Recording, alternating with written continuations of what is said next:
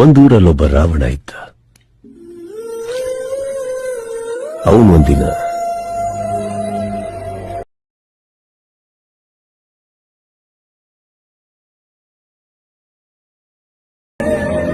ನೋಡಿದ ತಕ್ಷಣ ಲವ್ ಹೋಯ್ತು. ರಾಕ್ಷಸನ ಮನಸ್ಸು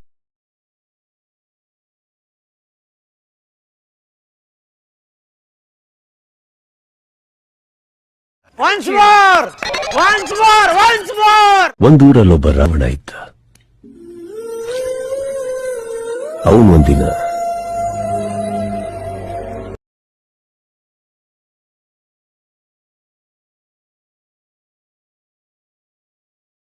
ನೋಡಿದ ತಕ್ಷಣ ಲವ್ ಹೋಯ್ತು.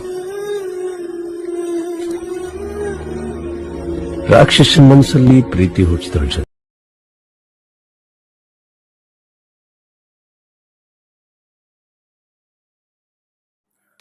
Hi friends, welcome to the back my YouTube channel. ನೀವು ನೋಡ್ತಾ ಇದ್ದೀರಾ BEATZ.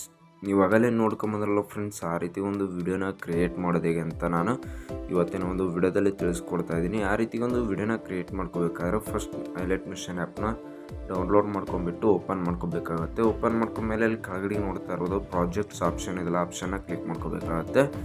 ಇನ್ನೊಂದು, ನಾನು ಇಷ್ಟು ದಿನ ವಾಯ್ಸ್ ಏನಕ್ಕೆ ಅಂದರೆ 2 ವಿಡಿಯೋ ವಾಯ್ಸ್ ಕೊಟ್ಟಿರಲಿಲ್ಲ. ಸೊ ಎಕ್ಸಾಮ್ ಇದ್ದಿದ್ರ ಕಾರಣದಿಂದ ವಾಯ್ಸ್ ಕೊಟ್ಟಿರಲಿಲ್ಲ. ಸ್ವಲ್ಪ ಅಡ್ಜಸ್ಟ್ ಮಾಡ್ಕೊಳ್ಳಿ ನೀವು ಕೂಡ.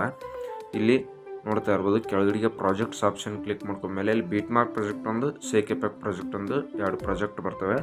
ಈ ಒಂದು 2 ಪ್ರಾಜೆಕ್ಟ್ನ ನಾನೊಂದು ಡಿಸ್ಕ್ರಿಪ್ಷನಲ್ಲಿ ಲಿಂಕ್ ಕೊಟ್ಟಿರ್ತೀನಿ. ನಿಮ್ಮ ಒಂದು IMAJESಗೆ ಇಂಪೋರ್ಟ್ ಮಾಡ್ಕೋಬೇಕಾಗತ್ತೆ. ಇಂಪೋರ್ಟ್ ಮಾಡ್ಕೊಂಡ್ಮೇಲೆ ಇಲ್ಲಿ ಫಸ್ಟ್ ನೀವು BEATZ ಪ್ರಾಜೆಕ್ಟ್ನ ಓಪನ್ ಮಾಡ್ಕೋಬೇಕಾಗತ್ತೆ ಫ್ರೆಂಡ್ಸ್. ಓಪನ್ ಮಾಡ್ಕೊಂಡ್ಮೇಲೆ ಇಲ್ಲಿ ನೋಡ್ತಾ ಇರ್ಬೋದು, ಒಂದು ಆಡಿಯೋನ ಹಾಕ್ಬಿಟ್ಟು BEATZ ಹಾಕಿ, ಹಂಗೆ ಇಲ್ಲಿ ನೋಡ್ತಾ ಇರ್ಬೋದು ರಾಧೆ ಫೋಟೋಸ್ ಬರ್ತಾ ಇರ್ತವೆ. ನೆಕ್ಸ್ಟ್ ಈ ರೀತಿಯಾಗಿ ಬರ್ತಾ ಇರ್ತವೆ. ಇಲ್ಲಿ ಏನು ಖಾಲಿ ಉಳಿದಿರ್ತಲ್ಲ, ಅಲ್ಲಿ ನಿಮ್ಮ ಫೋಟೋಸ್ಗಳನ್ನ ಹಾಕೋಬೇಕಾಗತ್ತೆ. ಎಲ್ಲೆಲ್ಲಿ ಖಾಲಿ ಉಳಿದಿರ್ತಕ್ಕಂಥ ಜಾಗಗಳಲ್ಲಿ ನಿಮ್ಮ ಒಂದು ಫೋಟೋಸ್ಗಳನ್ನ ಹಾಕೋಬೇಕಾಗತ್ತೆ. ಫಸ್ಟ್ BEATZ ಬಂದುಬಿಟ್ಟು ಫೋಟೋನ ಹಾಕೋಬೇಕಾಗತ್ತೆ. ಫೋಟೋನ ಹಾಕೋಬೇಕು ಅಂತಂದರೆ ಕೆಳಗಡೆಗೆ ಪ್ಲಸ್ ಐಕನ್ ಮೇಲೆ ಕ್ಲಿಕ್ ಮಾಡ್ಕೊಂಡ್ಬಿಟ್ಟು ಮೀಡಿಯಾ ಕ್ಲಿಕ್ ಮಾಡಿಕೊಂಡು ನಿಮಗೆ ಬೇಕಾಗಿರ್ತಕ್ಕಂಥ ಫೋಟೋನ ಹಾಕೋಬೇಕಾಗತ್ತೆ ಫ್ರೆಂಡ್ಸ್.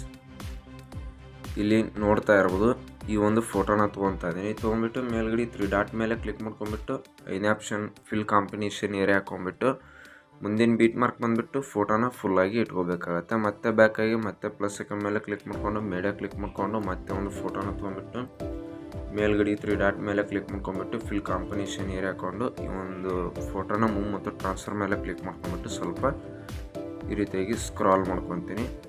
ಸ್ಕ್ರಾಲ್ ಮಾಡ್ಕೊಂಡ್ಬಿಟ್ಟು ಮುಂದಿನ BEATZ ಬಂದುಬಿಟ್ಟು ಆ ಒಂದು ಫೋಟೋನ ಫುಲ್ಲಾಗಿ ಇಟ್ಕೋಬೇಕಾಗತ್ತೆ. ಇಟ್ಕೊಂಡ್ಬಿಟ್ಟು ಮತ್ತೆ ಇಲ್ಲಿ ನೋಡ್ತಾ ಇರ್ಬೋದು, ಇಲ್ಲಿ ಖಾಲಿ ಉಳಿದಿರ್ತಕ್ಕಂಥ ಜಾಗದಲ್ಲಿ ಫೋಟೋನ ಹಾಕೋಬೇಕಾಗತ್ತೆ.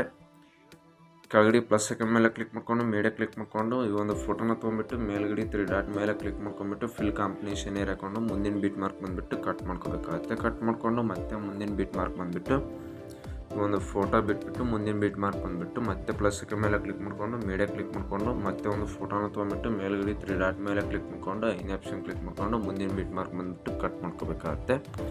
ಇದೇ ರೀತಿಯಾಗಿ ಇದು ಒಂದು ಫೋಟೋನ ಕೂಡ ಹಾಕ್ಕೊಂಡು ಮುಂದಿನ BEATZ ಬಂದುಬಿಟ್ಟು ಫುಲ್ಲಾಗಿ ಇಟ್ಕೊಂಡು ಮೂವ್ ಮತ್ತು ಟ್ರಾನ್ಸ್ಫರ್ ಮೇಲೆ ಕ್ಲಿಕ್ ಮಾಡ್ಕೊಂಡ್ಬಿಟ್ಟು ಈ ರೀತಿಯಾಗಿ ಸ್ವಲ್ಪ ಸ್ಕ್ರಾಲ್ ಮಾಡ್ಕೋಬೇಕಾಗತ್ತೆ. ಸೈಡ್ಗೆ ಸ್ಕ್ರಾಲ್ ಮಾಡ್ಕೊಂಬಿಟ್ಟು ಮತ್ತೆ ನಾವು ಬ್ಯಾಕ್ ಆಗಬೇಕಾಗತ್ತೆ ಫ್ರೆಂಡ್ಸ್. ಬ್ಯಾಕ್ ಆಗಿಬಿಟ್ಟು ನಾವು ಕೆಳಗಡೆಗೆ shakeeffect ಪ್ರಾಜೆಕ್ಟ್ ಇದೆಲ್ಲ ಪ್ರಾಜೆಕ್ಟ್ನ ವಿಸಿಟ್ ಮಾಡ್ಕೋಬೇಕಾಗತ್ತೆ. ಇಲ್ಲಿ ನೋಡ್ತಾ ಇರೋದು ಬಾಯ್ಸ್ ಫೋಟೋ, ಈ ಫಸ್ಟ್ನೇ ಫೋಟೋನ ಕ್ಲಿಕ್ ಮಾಡ್ಕೋಬೇಕಾಗತ್ತೆ. ಈ ಒಂದು ಫೋಟೋನ ಕ್ಲಿಕ್ ಮಾಡ್ಕೊಂಬಿಟ್ರೆ ಆ ಒಂದು ಕೆಳಗಡೆಗೆ ನೋಡ್ತಾ ಇರೋದ್ರಲ್ಲಿ ಎಫೆಕ್ಟ್ಸ್ ಅಂತ ಆಪ್ಷನ್ ಇದೆಲ್ಲ, ಆಪ್ಷನ್ನ ಕ್ಲಿಕ್ ಮಾಡ್ಕೋಬೇಕಾಗತ್ತೆ.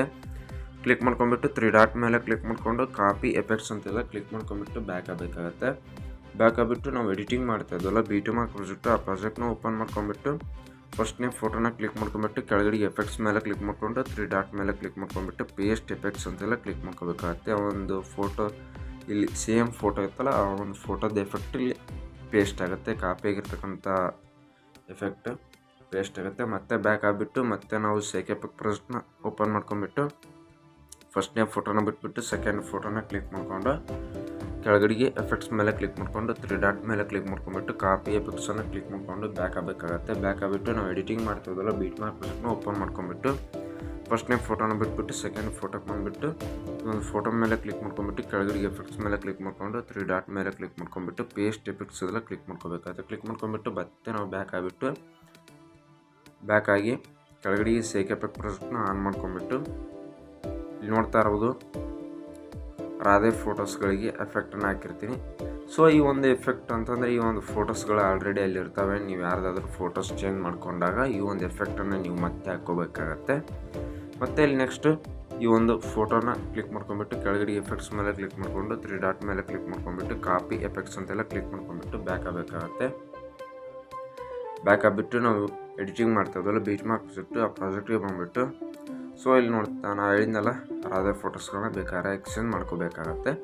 ಇಲ್ಲಿ ಮುಂದಿನ ಫೋಟೋಕ್ಕೆ ಬಂದುಬಿಟ್ಟು ಈ ಒಂದು ಫೋಟೋ ಮೇಲೆ ಕ್ಲಿಕ್ ಮಾಡ್ಕೊಂಬಿಟ್ಟು ಕೆಳಗಡೆ ಎಫೆಕ್ಟ್ಸ್ ಮೇಲೆ ಕ್ಲಿಕ್ ಮಾಡ್ಕೊಂಡು 3 ಡಾಟ್ ಮೇಲೆ ಕ್ಲಿಕ್ ಮಾಡ್ಕೊಂಡು ಪೇಸ್ಟ್ ಎಫೆಕ್ಟ್ನ ಹಾಕೋಬೇಕಾಗತ್ತೆ.